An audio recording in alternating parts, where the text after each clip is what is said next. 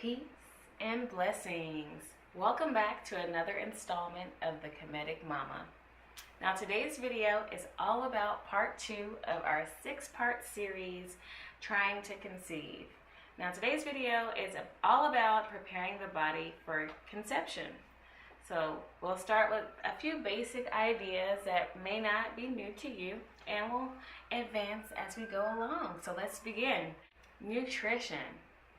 Are you getting enough water? Are you eating enough leafy green vegetables? Are you getting enough sunlight? These are 3 major questions you need to ask yourself and revise if necessary. So let's go ahead and start with your water intake. Everyone needs water to live. That is a basic understanding. This is even more important when you're pregnant, so make sure you're consuming enough water for your unique body needs. Not everybody needs 8-ounce glasses of water a day. So there are calculators online that kind of help you with this. The more vegetables and fruits that you eat that are raw in pure form, the less water intake that you'll actually need because it's offset by your diet. So for a lot of people who don't regularly consume water, this can be somewhat of a challenge. So start slowly. If you're drinking no water, just soda, juice, beer, whatever, let's start with a bottle of water a day. Let's build that to 2 bottles, 3 bottles. You get the idea until you're getting enough water for your body. How do you know if you're hydrated? Check your urine. If your urine is anything other than clear or just lightly tinted yellow, you're dehydrated. So you need to make sure that you up your water intake. Also, your diet. I mentioned earlier eating lots of fresh food, but in specific, you want leafy green vegetables, both men and women. Men, you want to produce healthy, viable sperm. So let's not smoke. Let's lower our alcohol consumption if we're kind of veering on the excessive side. And also watch your diet. You can't have your beautiful woman here preparing her womb, preparing the soil, enriching the soil, and here you come with this raggedy McDonald's laced seed. It don't work. We're trying to grow Whole Foods babies here. Not Pick 3 babies, not Wendy's, not Chipotle, none of that. We're not growing those babies. We're growing Whole Foods, Sprouts, Natural Grocers babies. So let's be focused with our diet. So no matter what you decide to eat, just make sure you're making healthy choices and adding lots of leafy green vegetables. And I stress that in specific because of folic acid. You need folates, vitamin K, as well as iron, and that's so abundant in green leafy vegetables. Now, I say that these vitamins and nutrients are important because there's something so profound that happens early in pregnancy. Sometimes so early that most women don't even know that they're pregnant yet. By the 28th day post-conception, usually the end of the 4th week of pregnancy, something profound happens. The neural tube of the baby develops. The neural tube is the basis of what will become the brain stem.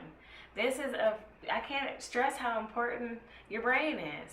So you want to set your baby off on a really nice start. Let's make sure you're getting enough B vitamins, enough folates, enough vitamin K and iron. This is so important because that critical stage of development, it begins right away with that brain stem, with that neural tube. So yes, 28th day past conception. 4th week of pregnancy, super early. So if you're deficient but in any category, iron deficient, you have anemia, you have other dietary issues, diet-related conditions, it's time to go ahead and rectify that now by eating better, drinking more water, and getting more sunlight. We are melanated people. We need the sun, much like plants do. And in many cases, you can relate it to being a living plant as well. We convert energy from the sun into a hormone-like nutrient called vitamin D. Now, it's not necessarily a vitamin because, as I said, it acts more like a hormone, but we are able to derive nutrients from sunlight, just like our plant. So get enough sunlight, whether that's 10 to 15 minutes of direct sunlight on your skin. Being inside in a sunny room is not enough. Let the breeze hit your skin. I know it's cold, I know it's January, but let's get our vitamin D levels to an optimum level. Like I said, we are melanated beings. We derive nutrients from the sun. So let's utilize that superpower and be helpful. So another aspect of health that we need to discuss: exercise and maintaining a healthy body weight. Now, if you already have a healthy BMI, I suggest just doing light exercise every day just to maintain that healthy body weight. Now, if you have a BMI that is 30 or higher, you're what is considered obese.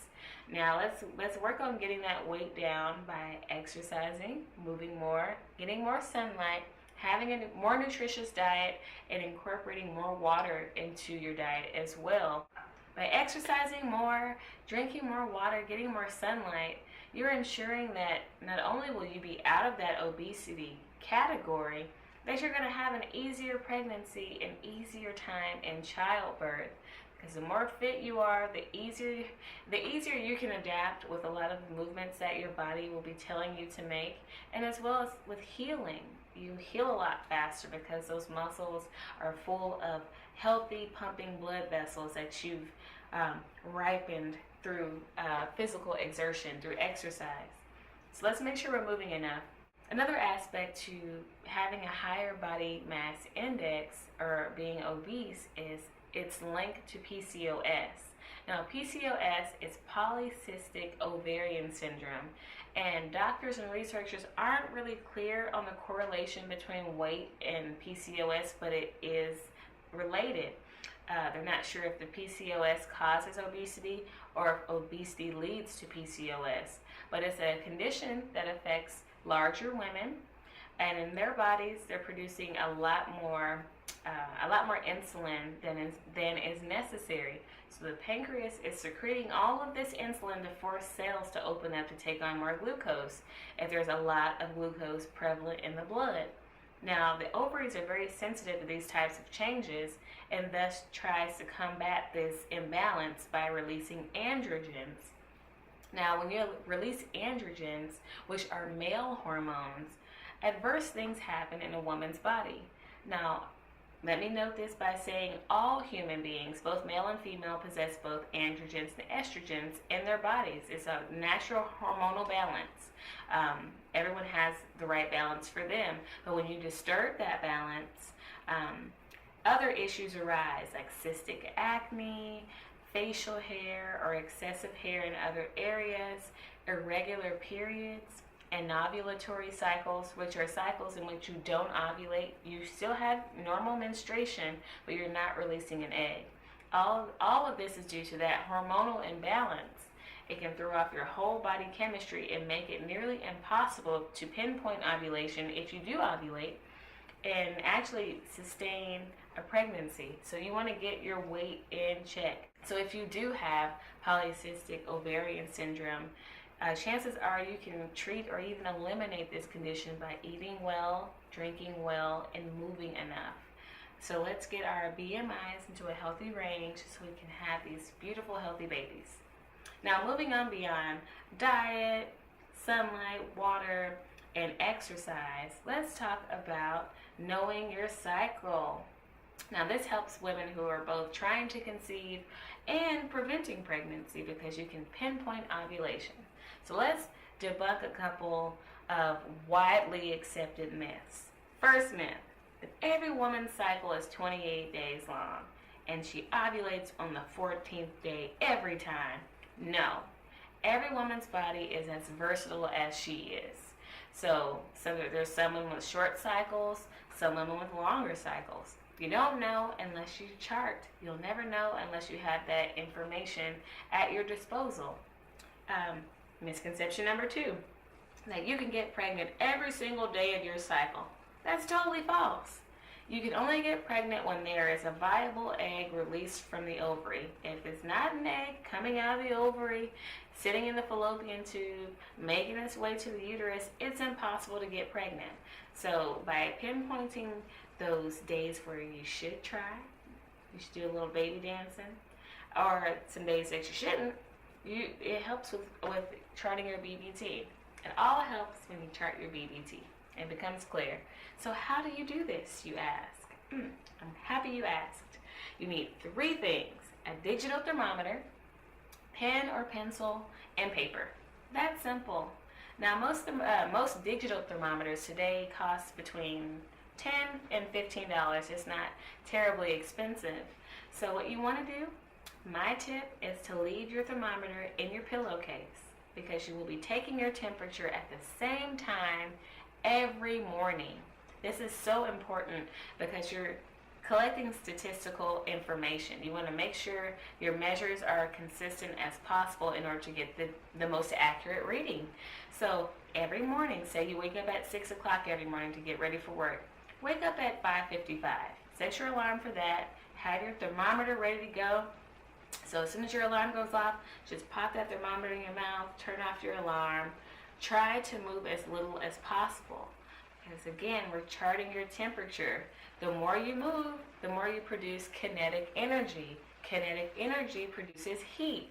So you want to make sure that you get the most accurate reading. So if you happen to get up in the middle of the night to answer a phone call or use the bathroom, make sure you make a note. When you write down your temperature, put a little asterisk there and explain the situation. Because you'll find as your chart begins to grow and look more like a pretty impressive graph, you'll see that some temperatures look inconsistent with others. So you won't mistake this as ovulation or some other issues dealing with your reproductive health. It's always helpful to have those notes to refer to it. Like on day 28, that's what it was. I got up at 2 o'clock in the morning, and that disrupted my normal 8 or 7 hours of sleep. That goes also for if you wake up and forget to take your temperature. Take it as soon as you remember and make a note. Hey, I forgot to take my temperature this morning. Take it at 10:05 instead of 6. So that way you can kind of hold yourself accountable and see the patterns and kind of see trends as well. And if you're not sleeping well enough, that helps as well. So I'll have more tips on how to chart your VBT next week, as I also introduce other tools to help as you approach ovulation.